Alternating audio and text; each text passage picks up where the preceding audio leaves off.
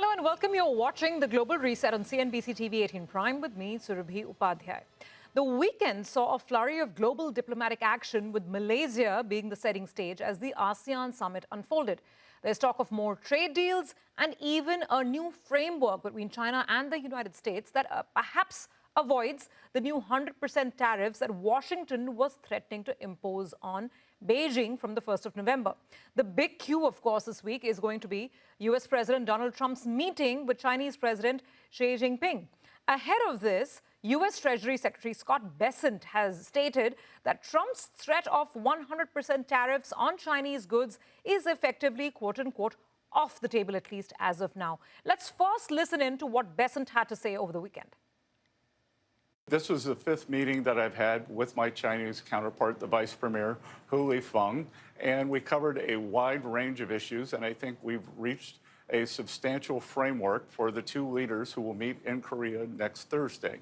So, on the table, the president had given me maximum leverage when he threatened 100% tariffs if the Chinese imposed their rare earth global export controls. So I think we have averted that, so that the tariffs will be averted.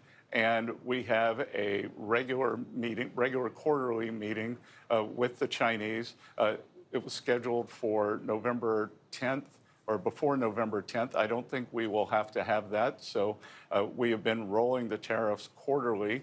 So we agreed on that. We also agreed on substantial agriculture purchases for U.S. farmers. We agreed that the Chinese would begin to help us with the precursor chemicals for this terrible fentanyl epidemic that's ravaging our country. So I would say that it was a very good meeting overall. And not just Scott Bessent, the U.S. president himself hinted at a trade deal with China soon after the two countries' top economic officials agreed on a framework for a deal during talks on the sidelines of the ASEAN summit in Malaysia. The United States also signed a flurry of deals on trade and critical minerals with Thailand, Malaysia, Cambodia, as well as Vietnam. Here's a consolidated report on all that has happened so far. Going to do well with China. US President Donald Trump sounded confident on Sunday about hashing out a trade deal with China's President Xi Jinping in an expected meeting later this week. I think we'll have a good deal with China, and they want to make a deal, and we want to make a deal. His optimism came after the US and China's top economic officials wrapped up talks on a positive note on the sidelines of the ASEAN summit in Malaysia. Both sides are looking to avert further escalations in their trade war. Beijing and Washington had earlier struck a truce, which is due to expire on November 10th. But Trump has since threatened new 100% tariffs on Chinese goods and other trade curbs starting on November 1st. That was in retaliation for China's vastly expanded export controls on rare earth magnets and minerals. On Sunday, the US and Chinese officials said they had reached a preliminary consensus on a framework for a trade agreement. Among the issues discussed, a truce extension, fentanyl, rare earths, TikTok, and more. Trump's 5-day Asia tour is expected to end with a face-to-face with Xi in South Korea on October 30th, although, as of the Sunday talks, Beijing had yet to confirm the meeting. At the summit of Southeast Asian nations, Trump pledged his country's support for the region, which is among the hardest hit by US tariffs. The United States is with you 100%. And we intend to be a strong partner and friend for many generations to come. It's the golden age of America, the golden age of the United States. Together we'll create incredible prosperity for the nations on both sides of the Pacific Ocean. He signed a flurry of trade and critical mineral deals, including with Malaysia, Thailand, Cambodia, and Vietnam, which pledged to remove trade barriers and provide preferential market access to various US goods. Trump also oversaw the signing of an expanded ceasefire deal between Thailand and Cambodia. The Kuala Lumpur Peace Accords, good name. The US president had backed Malaysia's mediation efforts and helped broker an end to the 5-day conflict in July. In calls to the then leaders of the two countries, Trump warned them to stop the fighting, their worst in recent history, or risk their trade talks with Washington being put on hold. Well, all smiles at the ASEAN summit would have you believe that trade was never an issue this year. for the global economy. But that's not all. Actually, before we introduce our guests, also remember that top trade negotiators from the US and Brazil are all set to meet today after President Trump predicted that the nations could pretty quickly strike a trade deal after he met with his Brazilian counterpart, Lula da Silva. So could Brazil also be finally averting that 50% tariff that India is also subject to? So it's trade, trade, and more trade. And that all-important meeting between President Xi Jinping and, of course, President Trump coming up in South Korea on Thursday. So where does this leave the global trading landscape? Well, joining in to talk about this, we have with us international trade expert Abhijit and Philipp Ivanov, founder at Grasp. Thank you very much, gentlemen, for joining in. Good to have both of you. So it's been a busy weekend, I think, for global diplomats. Philipp, if I could open with you, the decisiveness with which Washington seems to be moving and signing all these trade accords and the way they're quickly trying to de-escalate with China as well. What are your first thoughts hearing all that commentary from the ASEAN summit? Yeah, it's a bit hard to keep up. But I think what these announcements show is it looks like both US and China do want to de-escalate ahead of the leaders' meeting on Thursday. They're both interested in a deal. The deal that was described by the US Treasury Secretary is quite a tactical deal.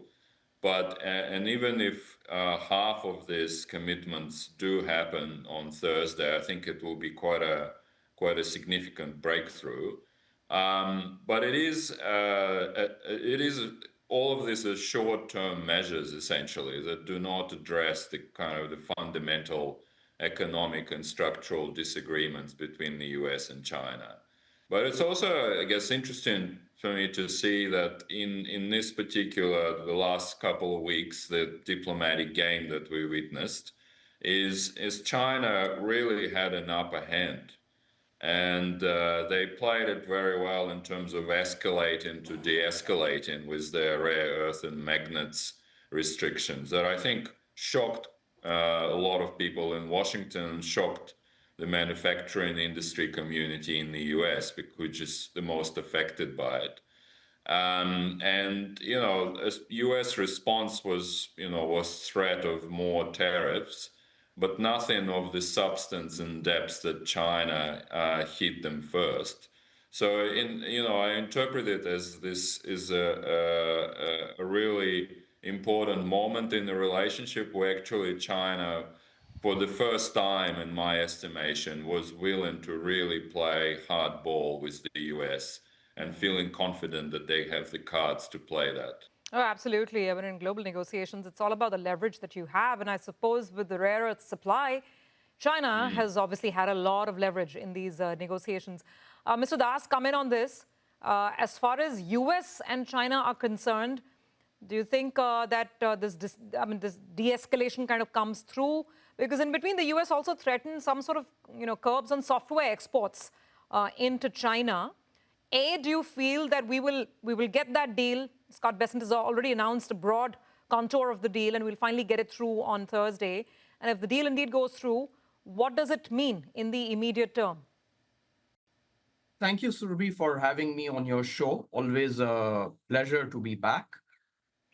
As Philipp mentioned, it is an important and a positive step forward in reducing global trade tensions. And the framework agreement that appears to have been reached between US and China will require a lot of detailing, going into nitty-gritties, crafting and agreeing on the legal language. So a lot of work needs to be done. But if what has been spoken by the two sides are to go by, then certainly we are likely to see some sort of an agreement happening on 30th October. Between US and China. But one important point has not been mentioned either by US or China. And that important point is the United States agreeing to take back the export restrictions on equipment required for making chips which are utilized for AI, particularly AI used in most advanced technologies and military applications. We've not heard anything on this. And this move of the US was really aimed at trying to curtail the rise of AI technology in China. So to my mind, that will be the key. If US is willing to go back on its restrictions, then certainly we would have a deal on 30th. And that would do a world of good, not only to the two countries, but also to the overall environment in which international trade is happening. And we should also bear one important aspect in mind. It's not just the deal between US and China that is important. Surabhi, you mentioned the flurry of deals that happened yesterday. One of the important deal was between US and Malaysia, in which there are elements in that deal which seek to align Malaysian policy making more in line with US and attempts at probably trying to decouple Malaysia from China. And that those sorts of provisions we are likely to find in many other agreements as well. So US is working at two planes. One is directly dealing with China, and second, in its deals with other countries, trying to wean away these countries from China. So that's the way I look at the flurry of diplomatic activities that happened over the weekend. Yeah, absolutely. And I think in that deal with Malaysia, there's also talk of securing rare earths and other critical minerals for the US from Malaysia. And I think in the deal with Thailand, there are certain categories of goods where the tariff rate can come down to as much as zero. Different tariff lines obviously playing out, case by case. But Philipp, comment on this. I mean, what is your assessment of the way the US has engaged with the ASEAN region? China and ex of China, does it put the US in a stronger sphere, so to speak? Where do things stand now as we're in the final quarter of this calendar year with all the trade upheaval starting in April? Yeah, it's interesting because traditionally US has been criticized internally and externally for not paying sufficient attention to ASEAN. And the drift of ASEAN as a result in the Chinese economic sphere, which definitely happened in some of the countries. And so the fact that the US was quite strongly represented at the ASEAN summit, the fact that there are deals with Thailand and Cambodia as well as Malaysia, and in the broader context, of course, with countries like Brazil that that your report mentioned, it does show that there's a bit more maturity perhaps in the US approach because they view China as a global problem rather than a bilateral problem. So far, the US sort of diplomacy has been really focused on bilateral interactions, and maybe that's changing.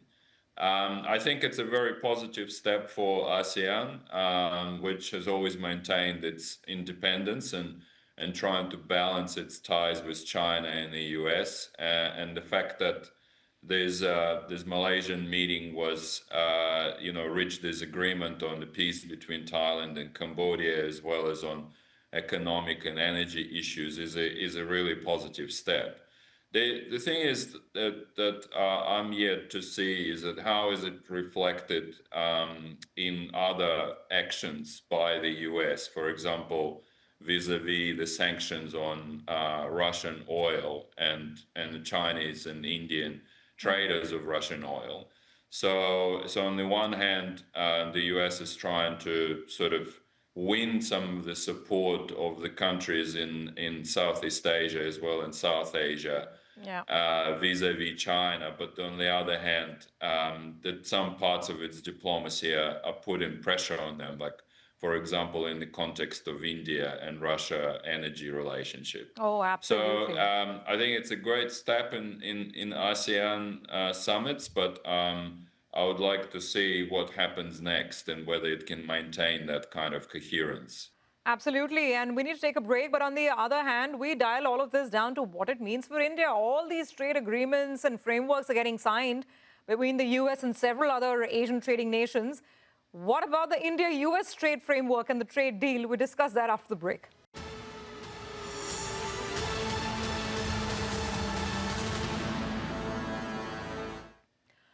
Welcome back to CNBC TV18 Prime. You're watching the Global Reset, and today we're discussing the flurry of trade-related conversations and action we've seen on the sidelines of the ASEAN summit, running up to the meeting between the US president as well as the Chinese president later this week.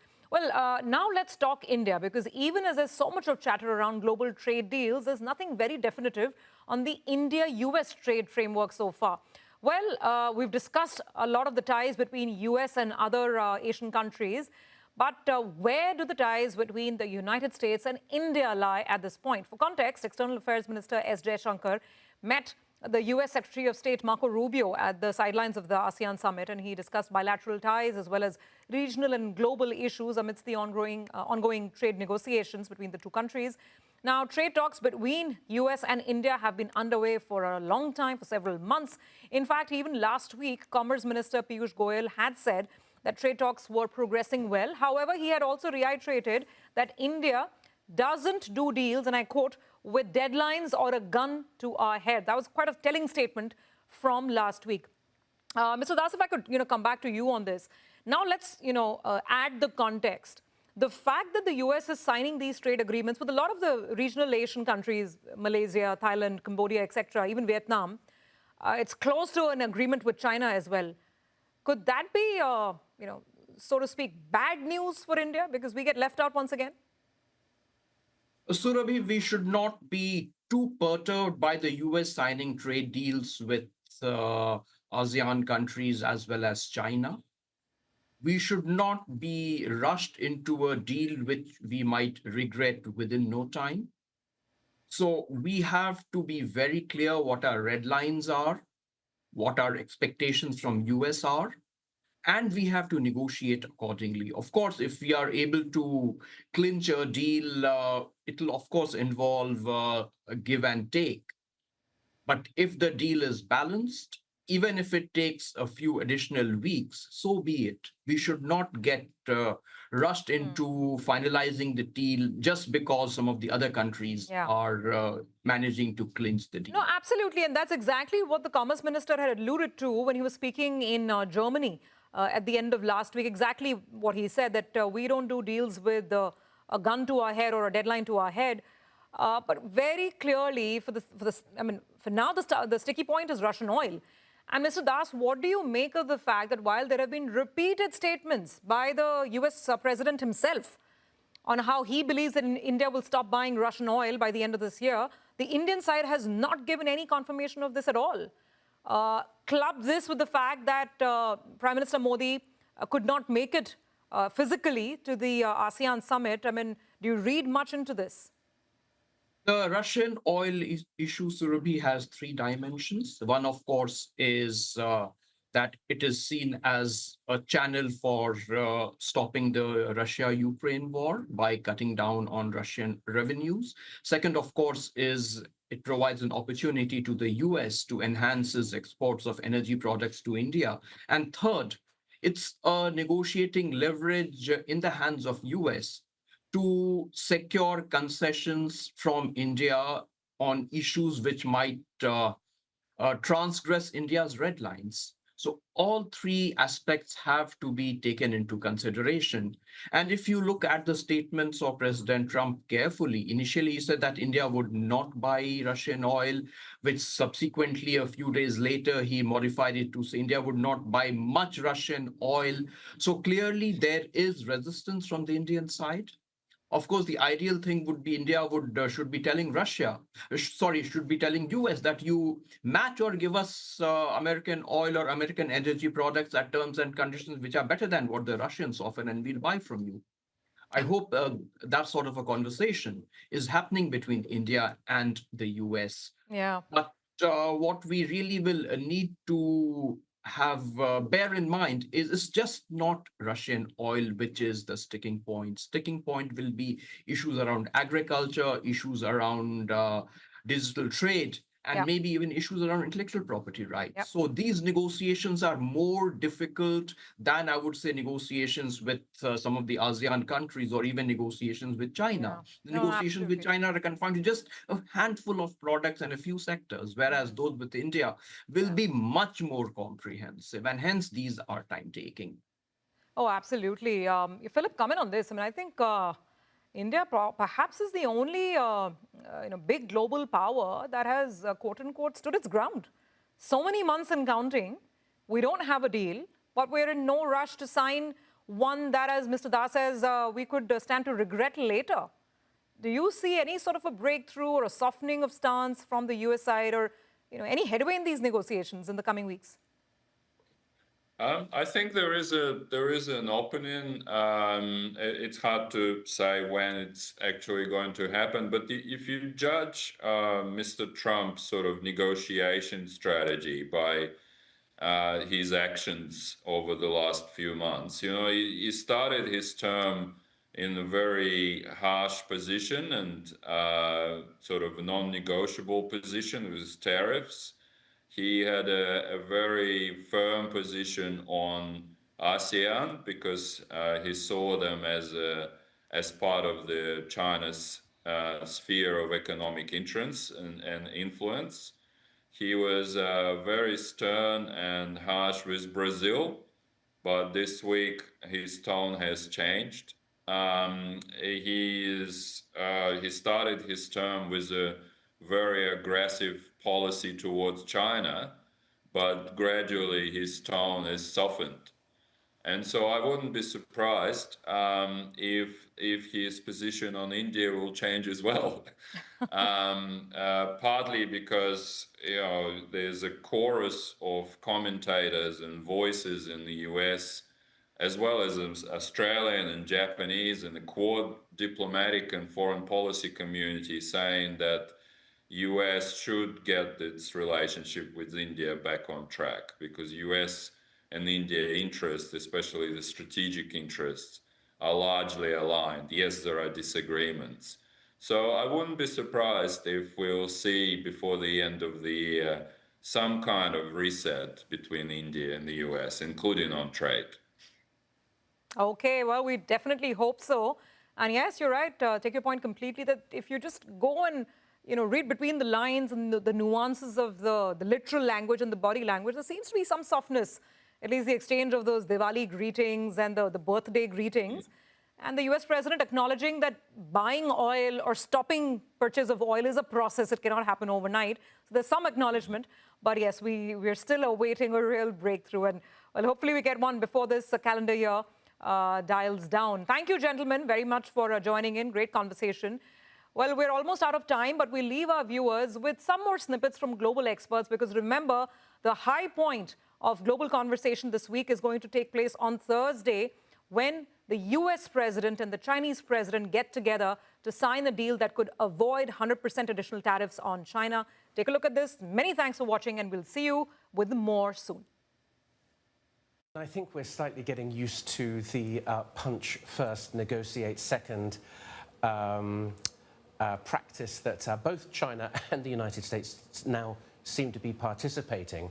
As you say, there does seem to have been a pretty comprehensive leak of good news prior to the actual summit. But I suspect there will be one or two more little surprises, opportunities for the presidents themselves to sprinkle a little sugar on the final communique. But certainly the markets seem to be like what they're hearing, and we're seeing a positive response across the region. All of the American statements are extremely positive. All the Chinese are saying is that they have a consensus. So we really need to see what happens on Thursday. But I think there are four possibilities here. One is a grand bargain. Trump likes to talk in grand superlative terms about how he's going to have a great meeting. But a grand bargain would really be addressing all of the issues on the bilateral plate. The thing that is most likely to happen is what I would call détente light. That means coming to an understanding on the key issues that we're facing right now, and they include U.S. export controls and China's rare earths policy. And it sounds like from the public statements we may be there. A third possibility is what I would call sort of a broader détente. That would be an increased, not just tactical issues, but more strategic issues. And then the fourth possibility, which we can't exclude, is that something unpredictable is going to happen at the end. I'd give this a 10% possibility, but that there is no meeting or no deal.